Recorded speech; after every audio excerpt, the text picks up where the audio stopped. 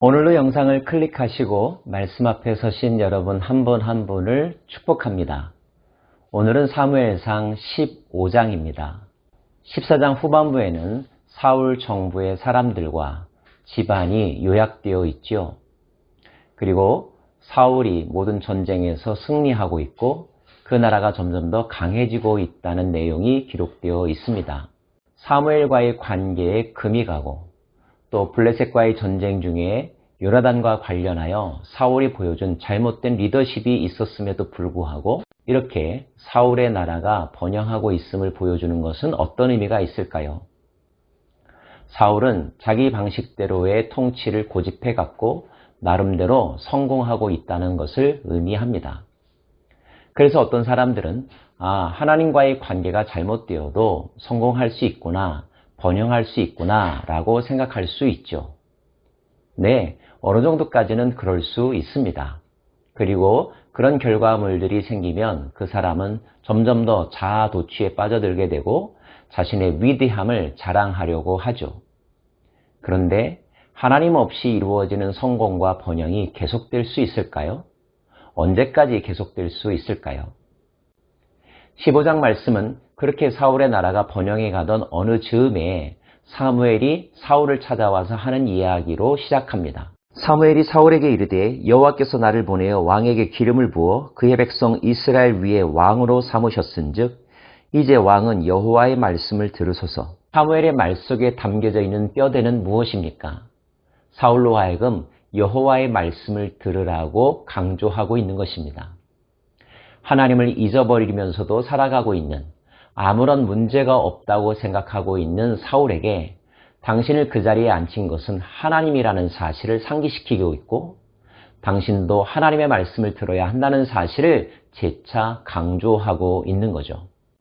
그러면서 그가 들었던 하나님의 명령을 사울에게 전달합니다. 만군의 여호와께서 이같이 말씀하시기를 아말렉이 이스라엘에게서 행한 일, 곧 애굽에서 나올 때에 길에서 대적한 일로 내가 그들을 벌하노니 지금 가서 아말렉을 쳐서 그들의 모든 소유를 남기지 말고 진멸하되 남녀와 소아와 젖먹이는 아이와 우양과 낙타와 나귀를 죽이라 하셨나이다 하니, 분명히 이 명령은 사울에 대한 하나님의 테스트인 것처럼 보입니다. 사울이 하나님의 명령대로 움직이는가 시험하겠다는 뜻입니다. 사울은 사무엘이 전하는 하나님의 말씀에 따라 전쟁에 나아갑니다. 그리고 그 전쟁에서 크게 승리하죠. 그 전쟁에서 승리한 사울이 사무엘이 명한 대로 끝까지 실천하는가 하는 것입니다.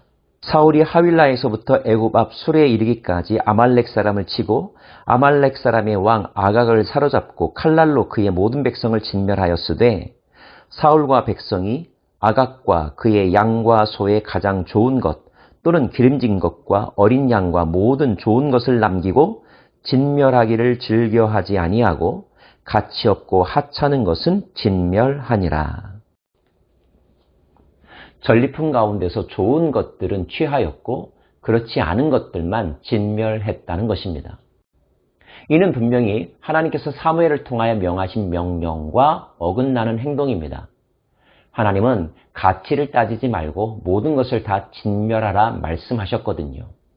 그런데 사울은 선별하여 어떤 것은 진멸하고 어떤 것은 전리품으로 챙겼던 것입니다. 사실 하나님께서 눈여겨보고 계신 대목이 바로 이것이었는데 그 부분에서 사울은 자기의 생각과 욕심대로 움직였던 것이죠. 하나님의 마음을 다시 한번 아프게 했던 것입니다. 여호와의 말씀이 사무엘에게 임하니라. 이르시되 내가 사울을 왕으로 세운 것을 후회하노니 그가 돌이켜서 나를 따르지 아니하며 내 명령을 행하지 아니하였음이니라 하신지라.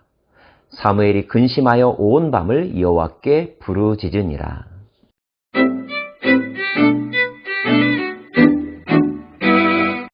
결국 사무엘은 사울을 찾아갑니다. 사울의 답변은 이렇습니다. 사울이 사무엘에게 이르되 나는 실로 여호와의 목소리를 청종하여 여호와께서 보내신 길로 가서 아말렉 왕 아각을 끌어왔고 아말렉 사람들을 진멸하였으나 다만 백성이 그 마땅히 멸할 것 중에서 가장 좋은 곳으로 길갈에서 당신의 하나님 여호와께 제사하려고 양과 소를 끌어왔나이다 하는지라. 사울은 여호와의 명령에 순종했다고 말합니다. 전쟁에 나선 것 자체가 순종이라는 거죠.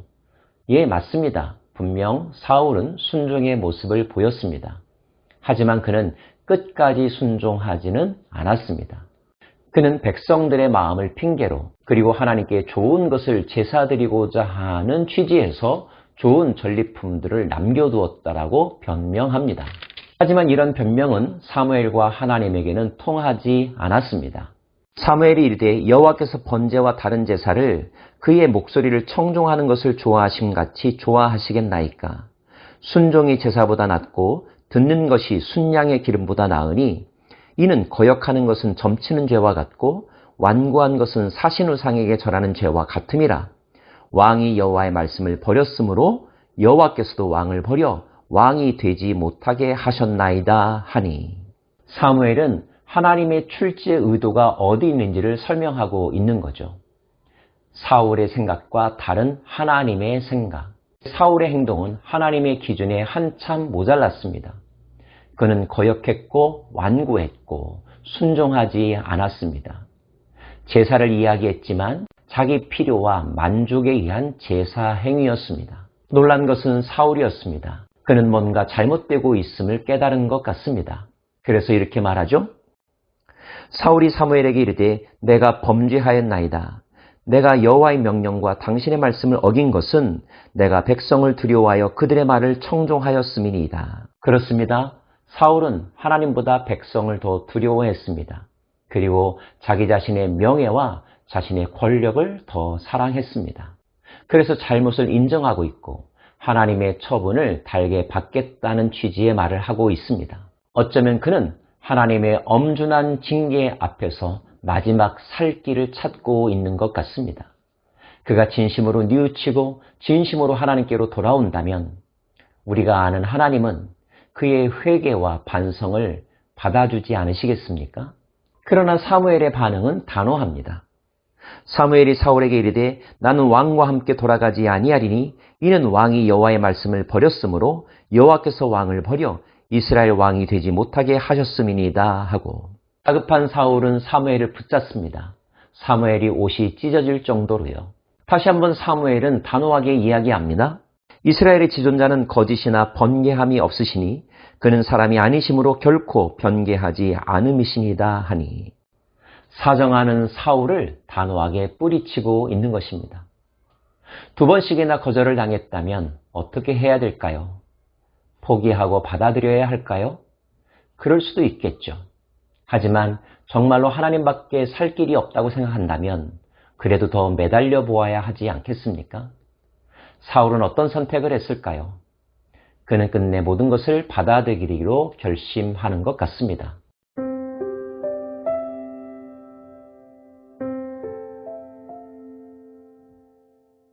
그런데 그의 표현 가운데서 우리가 주목할 그의 마음이 있습니다. 사울이 이르되 내가 범죄하였을지라도 이제 청하옵나니 내 백성의 장로들 앞과 이스라엘 앞에서 나를 높이사 나와 함께 돌아가서 내가 당신의 하나님 여호와께 경배하게 하소서 하더라. 하나님께 나아가서 경배하겠다고 말합니다.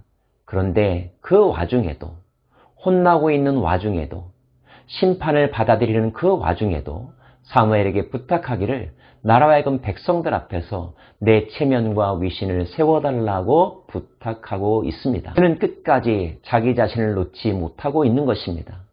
사람들 앞에서 나를 높여달라는 말, 그가 얼마나 명예를 중요하게 여기고 자기 자신의 체면과 강해 보이고자 하는 외형적인 것에 마음을 빼앗겨 있는지를 그대로 보여주는 장면입니다. 그리고 바로 이것이 하나님의 명령을 부분적으로만 순종하게 하고 마지막 결정적인 때에는 자기 이익과 자기의 욕심에 따라서 행동하게 만들었던 가장 중요한 요인이 되었던 거죠. 만약에 이때 사울이 이렇게 말하지 않고 하나님 제가 잘못했습니다. 나를 버리지 마옵소서. 하나님이 아니시면 내가 갈 곳이 없습니다. 라고 고백하고 하나님 앞에 마음을 찢고 옷을 찢었다면 하나님께서 그래도 사울을 버리셨을까요? 결국 사무엘은 사울과 함께 경배의 제사를 드립니다. 하지만 두 사람의 마음은 둘로 나뉘어졌고 거기에는 어떤 친밀함도 사랑도 긍휼히 여기는 마음도 존재하지 않다는 것을 우리는 추측할 수가 있습니다. 결국 아말렉의 남은 병사들을 진멸했던 사람은 누구입니까? 사울이 아니라 사무엘이었습니다.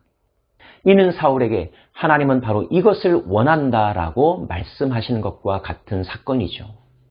이 땅에는 하나님께서 주신 마지막 사죄의 기회를 놓쳐버린 사람들이 얼마나 많은지요. 회개하고 반성하지만 부분적인 반성에 그칠 때가 많이 있고 끝내 자기 자신을 포기하지 못하고 미련을 두다가 결국 모든 것을 잃어버린 어리석은 사람들이 있지 않습니까? 혹시 그 중에 저와 여러분이 보였던 모습들도 있는지 스스로 돌이켜볼 수 있기를 원합니다. 이제 사무엘과 사울의 관계는, 아니 하나님과 사울의 관계는 돌이킬 수 없는 다리를 건넌 것 같아 보입니다. 이에 사무엘은 라마로 가고 사울은 사울 기브와 자기 집으로 올라가니라. 사무엘이 죽는 날까지 사울을 다시 가서 보지 아니하였으니 이는 그가 사울을 위하여 슬퍼함이었고 여호와께서는 사울을 이스라엘 왕으로 삼으신 것을 후회하셨더라. 이미 하나님으로부터 힌트와 경고가 주어졌음에도 불구하고 그것을 무시했던 사울, 그리고 자신의 능력으로 이루어는 업적에 스스로 도취하여 계속 그대로 살아도 된다고 생각했던 사울. 그러나 하나님은 여전히 지켜보셨고 그에게 마지막 기회를 주셨던 것인데 끝내 사울은 그 하나님의 마음을 헤아리지 못했습니다. 결코 저와 여러분의 인생 가운데서는 이런 일들이 일어나지 않기를 원합니다.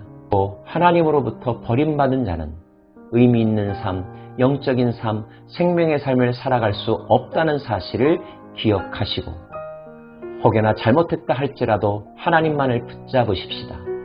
우리의 죄가 주홍같이 붉을지라도 용서해 주실 수 있는 분이 하나님이시라고 성경은 가르쳐주고 있지 않습니까? 자기를 부인하고 하나님을 향하여 나아가는 우리 모두가 되기를 바랍니다. 죽음의 길이 아니라 생명의 길을 선택하십시다. 기도하겠습니다.